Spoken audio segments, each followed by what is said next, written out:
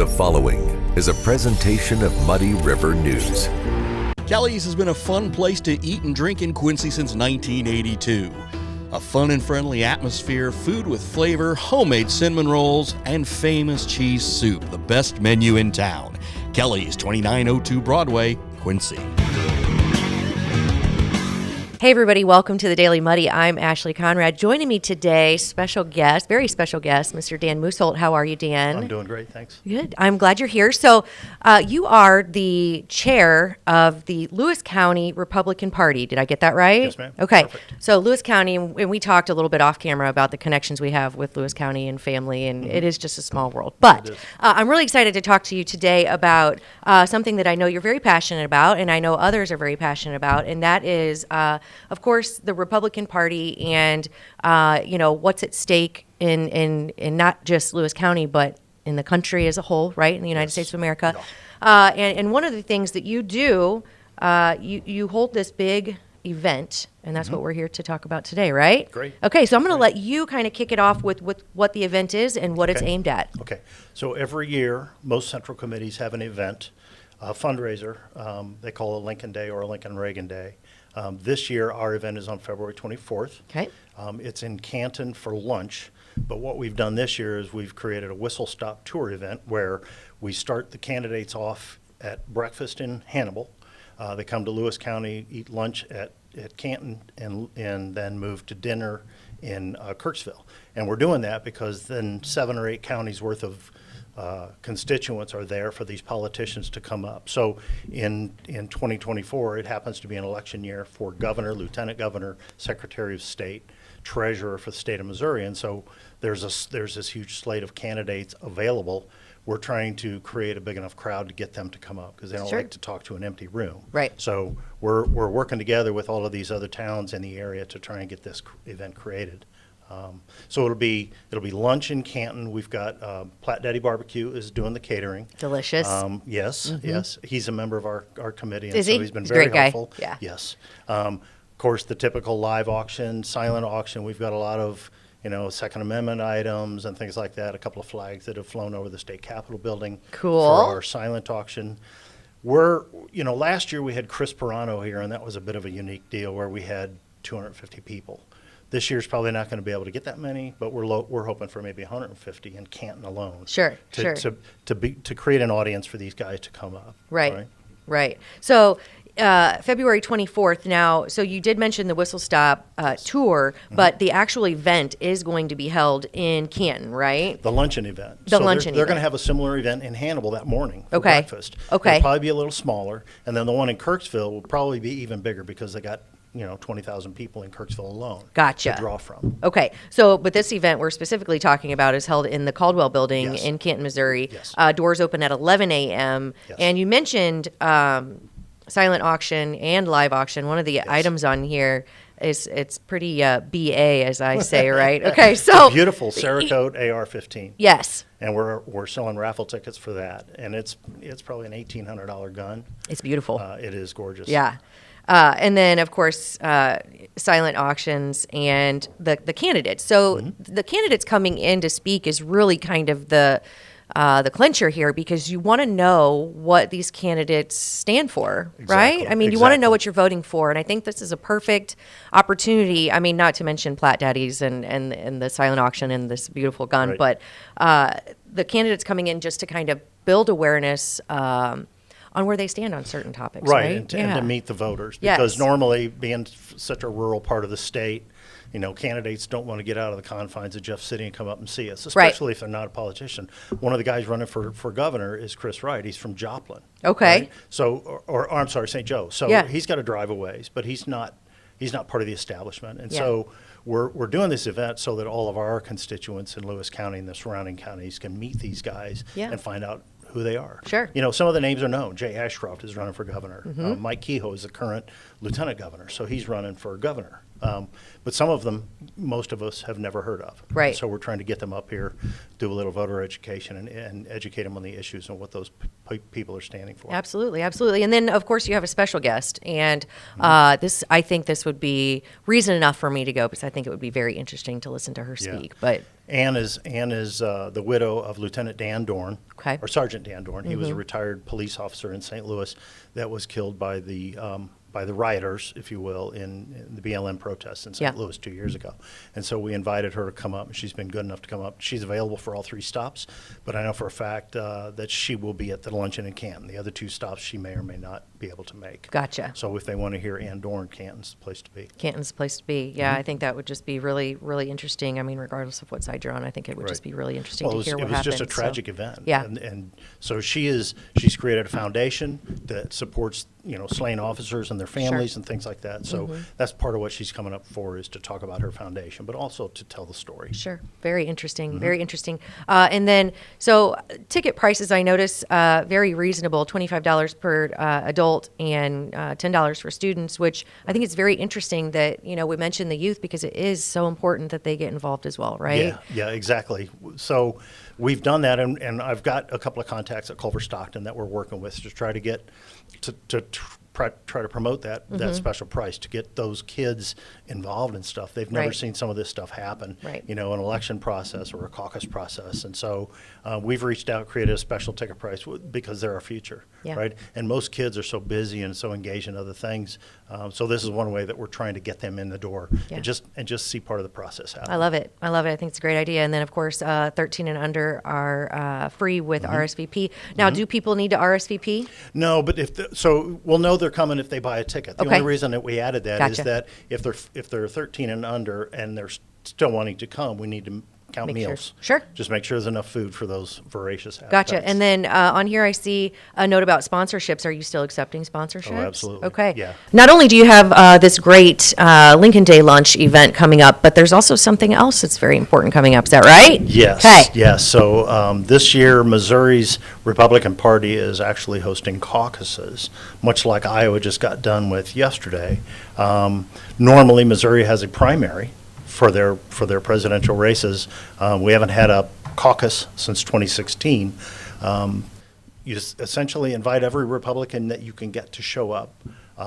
They present their credentials, photo ID, they sign a pledge that they're a loyal Republican.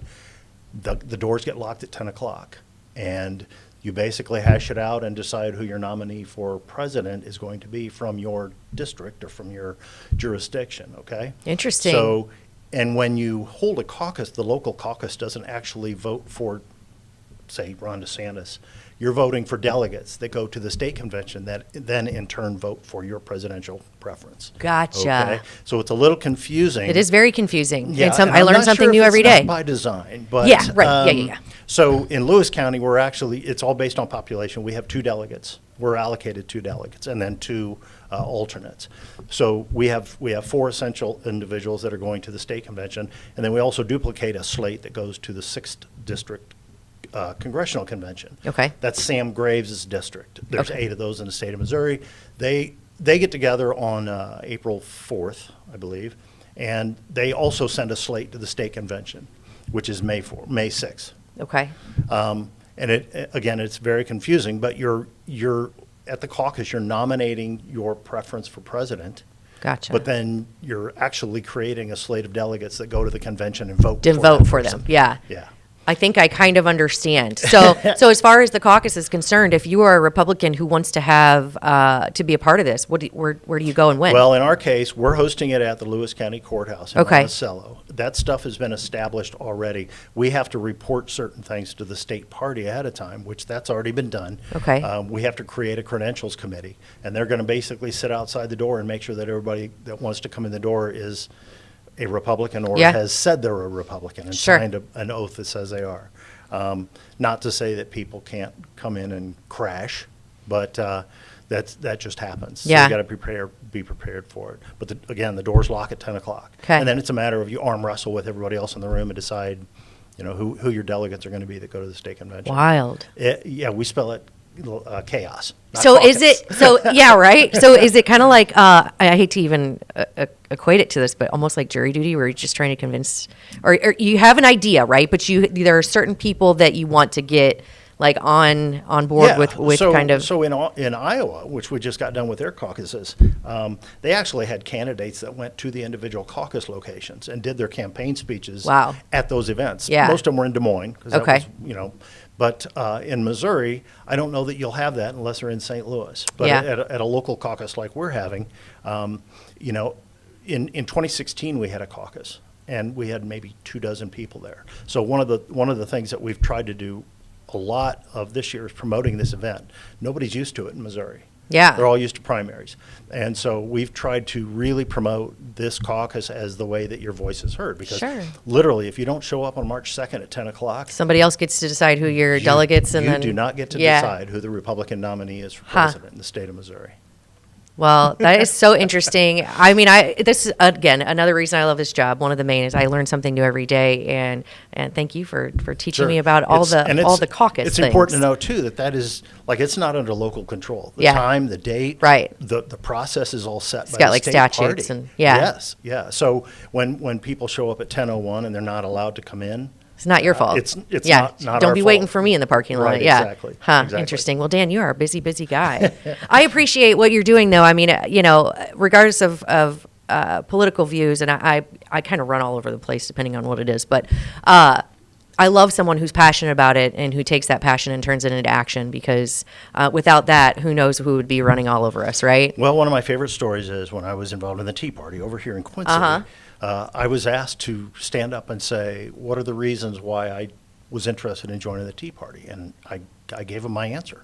Andrew, Sarah, and Joseph, my 3 children. Yeah. That's why I'm involved. That's Right. why we do this. Right. Now, of course, the line of names is a lot longer, but it's still for the same essential purpose. Yeah, absolutely. Well, I future. appreciate it, and absolutely, it is the future. So, head out to the Lincoln Day Lunch in Canton, Missouri again, and that's February 24th. Yes. And if you can make it, and you're interested in helping decide the Republican delegates and the primary candidate, head out to Monticello. Monticello Courthouse, Okay. March 2nd. March 2nd. And be there early, but be there. Be the there doors before close at- 10 a.m., right? Right, because Yeah. we have to check people in. Yeah. Yeah. All right. Well, good luck with everything, Thank you. Dan. Thank you and very much. thank you Appreciate again. your time. Appreciate it. Absolutely.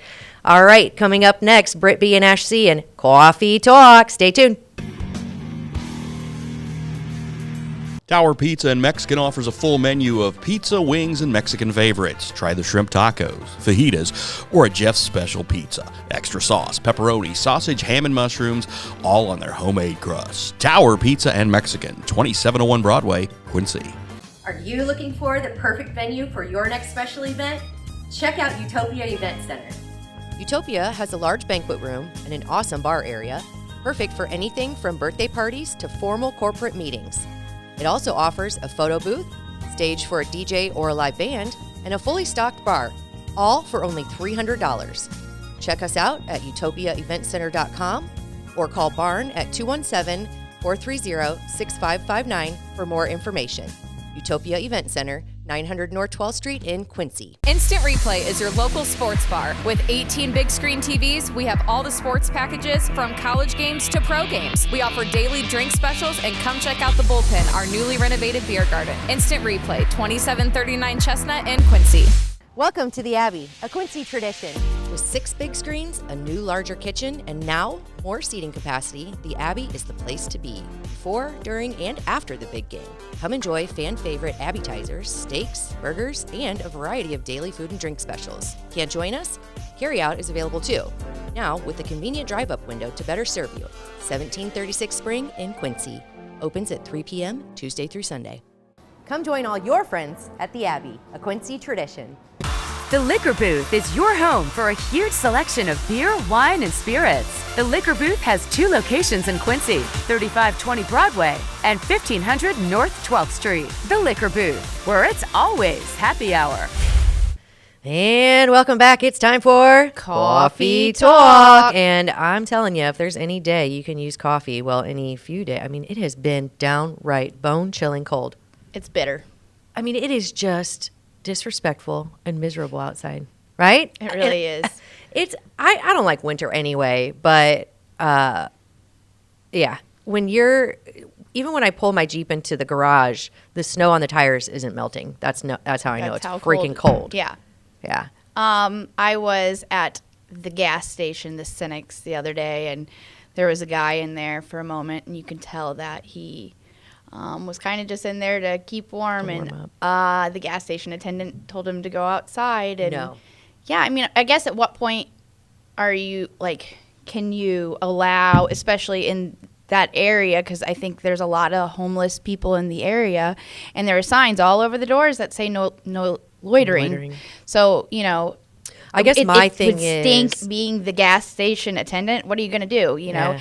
And the I'm poor probably guy getting went fired. outside and hovered behind the propane tank, which put into perspective where are the people going. And you brought this up the other day about the churches. Because I'm really struggling with it. So I struggle really hard when it gets cold, thinking about animals and let alone people who don't have somewhere warm to go, because I bitch and complain being outside for 10 minutes. I cannot imagine being a poor animal stuck out there, and even worse, you know, a person, and even worse, a child, not having a warm place to go. And I'm not saying that, you know, they're everywhere, but we do know that homelessness does exist. And I don't care on what side of the fence you're on, you know, as far as what resources we should have for them on any given day. But there are extenuating circumstances right now with temperatures that can kill you.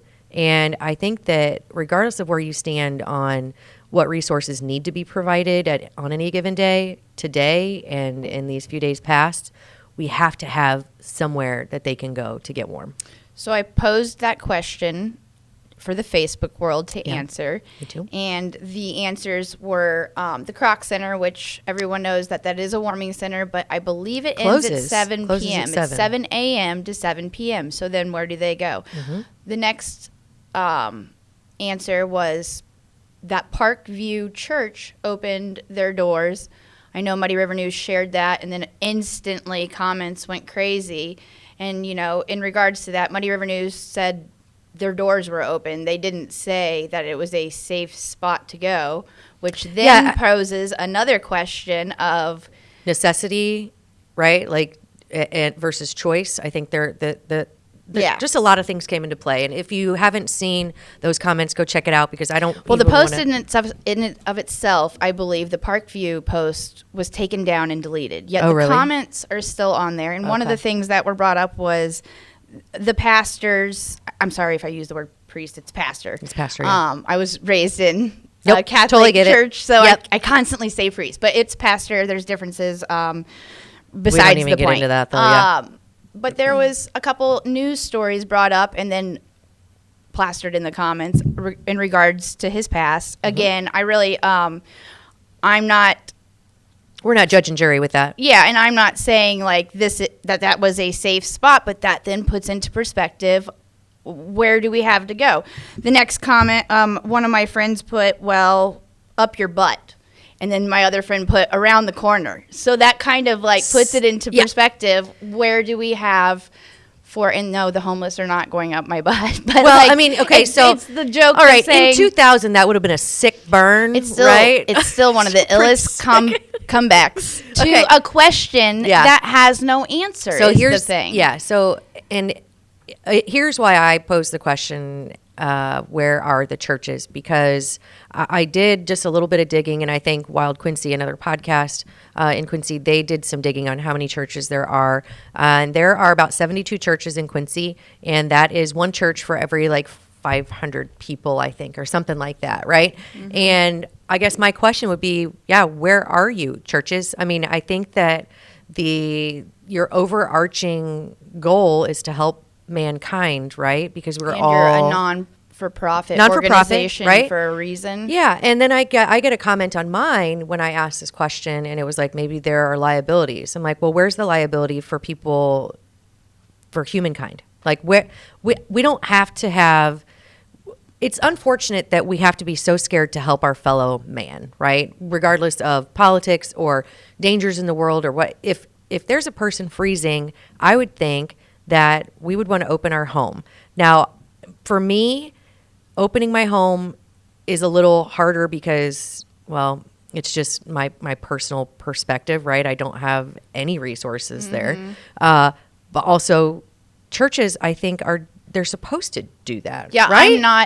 My home doesn't model what the church models. The Right. church is a house of God. I didn't say that my house was a house of No, I'm not saying God. I wish I could, but for my kids' sake and because I don't necessarily know who any of these people are, Yeah.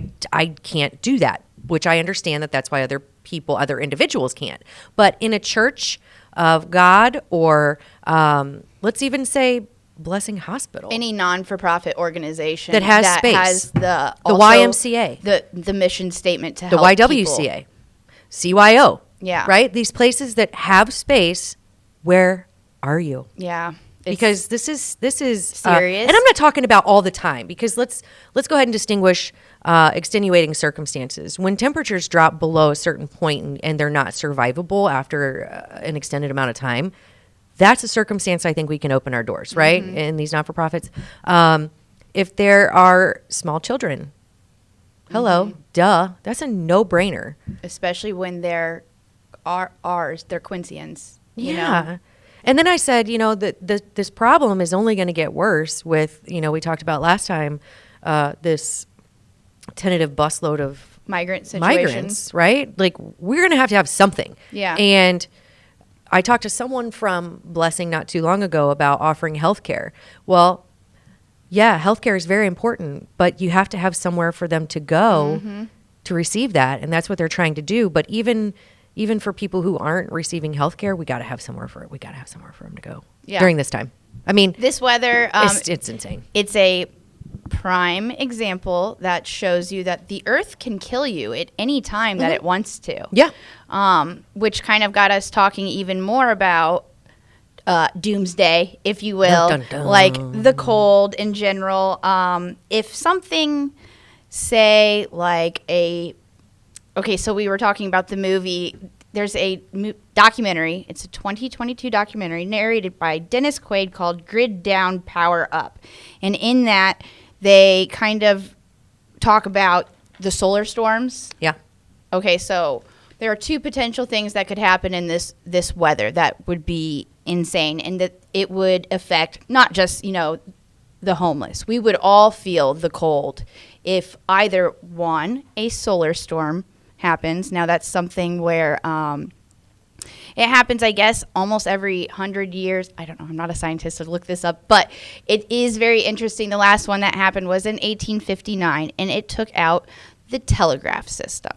If a solar storm, What is a solar storm? it's where gamma rays penetrate our ozone layer, and it would fry every electrical device known to man.